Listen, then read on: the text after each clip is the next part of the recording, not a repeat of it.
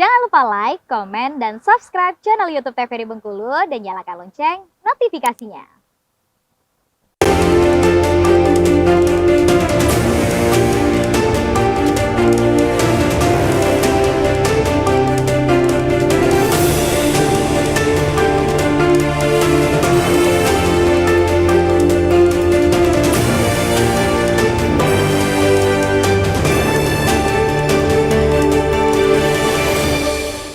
Baik, kembali di Berndo TVRI Bengkulu. Untuk kesempatan kali ini masih bersama saya Khairul Fahmi dan kita masih membahas mengenai Hari Guru ataupun guru tanpa tanda jasa, pahlawan tanpa tanda jasa. Nah, kita kembali akan berbincang bersama dengan Pak Paidi nih. Untuk Hari Guru kan jatuh pada tanggal 25 November. November ya. Nah, temanya sendiri apa sih Pak untuk tahun ini untuk Hari Guru kita? Ya, untuk di tahun 2023 ini ya sesuai dengan momennya, sesuai dengan arahan Pak Mas Menteri ya, maka HGN itu kita mengambil apa namanya itu? Tema itu bergerak bersama merayakan Merdeka Belajar. Bergerak bersama merayakan Merdeka Belajar. Merdeka Belajar. Ya, karena memang sekarang momennya sedang dinaikkan untuk kurikulum Merdeka Belajar. Oh, Merdeka Belajar ya. Oke, baik. Nah, untuk sejarah Hari Guru ini sendiri gimana sih Pak? Bisa dijelaskan terlebih dahulu tentunya kepada pemirsa di rumah. Kalau dirilis dari beberapa situs ya, karena kebetulan saya juga belum lahir waktu awal mulai itu. Jadi PGRI Hari Guru Nasional itu sendiri sebenarnya muncul pada zaman penjajahan Belanda itu memang sudah ada ya. Ya, di mana beberapa tokoh yang waktu itu kita masih mungkin bahkan difilmkan itu ya, Ahmad Dahlan kira-kira menjadi salah satu tokoh waktu itu ya, itu melakukan pergerakan perkumpulan guru-guru ya, dengan berbagai cara, karena memang dalam pengawasan kolonial Belanda waktu itu masih sangat strength sekali ya dengan keberadaan guru ini. Terus para pahlawan kita ini yang bergerak di pendidikan itu terus melakukan pergerakan-pergerakan hingga ke masa menjelang kemerdekaan, dan puncaknya itu setelah di kemerdekaan itu guru-guru melalui PGRI itu juga menggaungkan ya. Nah, jadi berawal dari situ maka tidak berapa selang lama setelah kemerdekaan itu organisasi guru ini terbentuk.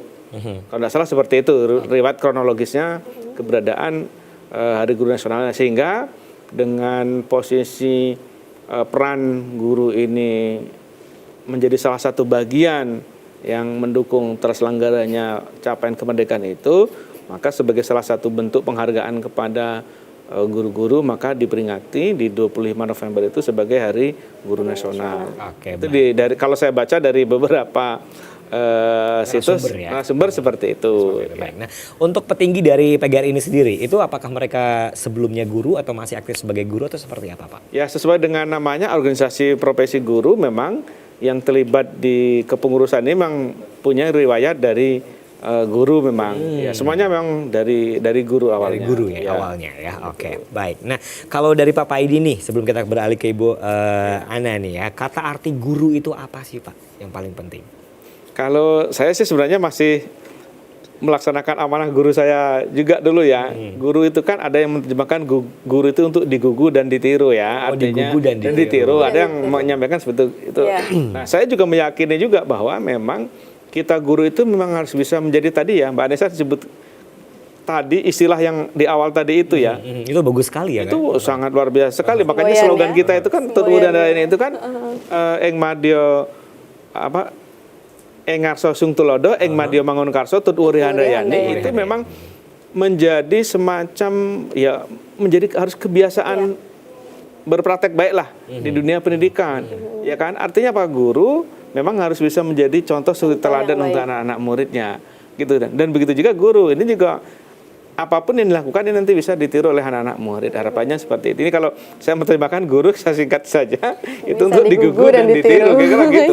Baik, itu mulia menurut saya kan. Baik, kita beralih ke Ibu Ana nih selaku guru ya kan. Nah, Bu Ana, kita kalau menyikapi sekarang zamannya zaman milenial ya kan. Nah, untuk anak-anak murid mungkin sudah melampaui batas dari seorang gurunya sendiri, bisa jadi ya kan. Nah, itu menanggapinya seperti apa untuk guru-guru yang mungkin belum memahami dunia teknologi gitu. Jadi memang guru itu dituntut untuk multitalent. Jadi bagaimana guru itu dituntut untuk lebih dari siswa. Jadi terkadang kita ini dituntut untuk di teknologi itu harus bisa menggunakan IT. Jadi memang harapannya besar sekali. Jadi jangan sampai nanti lebih pintarlah siswanya daripada gurunya. Jadi memang bagaimanapun caranya, saya berharap guru lebih bagaimana caranya juga di belakang sebelum persiapan show di depan siswa tersebut. Jadi memang ada kesempatan belajar terlebih dahulu sih sebenarnya ya Pak ya. Iya. Oke, baik. Nah, pernah nggak mengalami pengalaman tentang pertanyaan pertanyaan murid pertanyaan siswa yang susah dijawab gitu? Kalau pertanyaan siswa yang susah dijawab itu sebenarnya tidak ada, karena memang siswa-siswa kita alhamdulillah terkhusus di materi agama, ya mereka itu lebih kepada materinya gampang, cuman untuk prakteknya, ya kadang kita kan ada yang namanya materi itu sederhana, hemat, kemudian juga rendah hati. Nah untuk rendah hati ini mereka masih bingung nih antara rendah hati dengan rendah diri. Jadi untuk teorinya terkadang bisa rendah hati itu bahwa kita itu tidak boleh sombong. Jadi apapun yang kita miliki itu sejatinya hanya bersifat sementara. Namun untuk prakteknya anak-anak itu lebih bingung, lebih belum bisa membedakan. Oh ini aku punya HP baru nih gitu kan. Masih ada sombongnya gitu. Lebih ke antara teori dengan praktek sebenarnya sih di situ yang masih belum sinkronnya. Oke, baik. Nah, kalau kita bicara mengenai peran tentunya. Nah, untuk peran seorang guru dalam proses pembelajaran ini apa saja sih kalau boleh tahu? Oke, pertama guru itu sebagai motivator. Ya, guru sebagai motivator bagaimana siswa-siswa kita ini harus dijaga moodnya untuk tetap konsentrasi terhadap materi yang mau kita ajarkan. Oke, jadi memang kita berikan motivasi dulu di awal supaya anak itu semangat belajarnya bersama dengan kita. Ya, kemudian guru sebagai teman. Terkadang ya guru sebagai teman. Jadi terkadang jangan menganggap kita ini yang paling benar. Kita harus mendengarkan juga apa sih sebenarnya yang diinginkan oleh siswa tersebut. Gaya metode apapun kadang kita harus bisa langsung menyesuaikan dengan keadaan siswa ketika di dalam kelas. Jadi ketika siswa ribut kita tidak bisa fokus kepada metode yang kita saja. Tentunya harus menyesuaikan dengan keadaan siswa tersebut. Oke, baik. Nah, kalau Pak Edi nih sendiri tentunya. Nah, untuk guru yang baik itu seperti apa sih Pak harusnya? Ya, makasih. Sudah ini ukuran sangat sulit ya untuk menjawabnya sekarang ya. Jadi kembali kalau tadi di awal saya menyebutkan guru itu dalam bahasa saya plesetkan jadi untuk digugu dan ditiru ya. Sebenarnya kalau merujuk kepada Undang-Undang Guru dan Dosen nomor 14 tahun 2005 itu memang dia ini adalah tenaga profesional ya. Seorang tenaga profesional yang kata profesional itu tentu di dalamnya itu sudah melalui pendidikan dan pelatihan. Apalagi kalau sekarang itu guru itu juga harus mendapatkan dulu kualifikasi sebagai guru profesional ya, sertifikat pendidik yang menandakan bahwa guru itu dia sudah profesional. Nah, dengan kata profesional ini otomatis apa yang dia lakukan ini tentu akan memberikan efek dampak yang baik ya. Seperti itu gitu. Nah, jadi kalau ditanya ukurannya ya kalau bagi saya selagi guru ini menyelaksanakan fungsi dan tugasnya gitu kan bisa menjadi contoh suri tauladan kepada anak-anak murid, tidak melakukan tindakan-tindakan yang merugikan orang lain apalagi sampai ke kriminal, dan menurut saya ini sudah masuk kategori guru yang baik. Menurut saya seperti itu. Nah, untuk problematika di dunia guru atau dunia pendidikan ini kan kita tahu bahwa yang namanya ada sertifikasi dan lain sebagainya. Nah, kalau untuk guru yang mungkin sudah diambang pensiun, nah itu mereka kan tetap diwajibkan untuk mengajar. Nah, dan tetap diwajibkan untuk tahu juga teknologi. Ini untuk PGRI ini menyikapi hal tersebut seperti apa? Kalau misalnya mereka dituntut untuk itu, tapi mereka tidak mampu, itu seperti apa Pak ke depannya?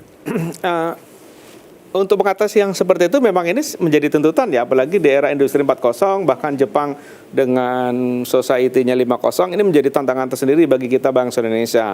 Dan kita memang tidak boleh tutup mata akan teknologi ini untuk mendukung pendidikan. Nah, maka PGRI beberapa waktu yang lalu melahirkan SLCC salah satunya ya, APKS. Ini salah satu anak lembaga yang memang ditugaskan untuk memperkenalkan teknologi kepada pendidikan. Nah, ini kebetulan kita sekarang ini sedang melakukan pelatihan nih melalui kerjasama antara SLCC Bengkulu, PGRI Bengkulu dengan Jawa Timur.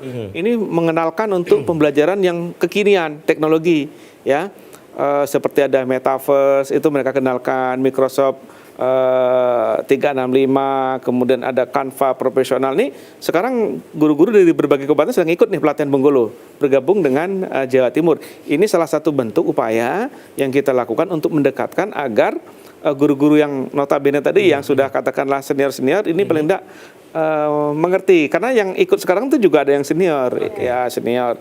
Itu seperti itu. Nah, terus di samping itu juga melalui APKS ya, anak lembaga ini juga selalu mengadakan beberapa event kegiatan ya, seperti workshop, seminar, baik luring maupun daring.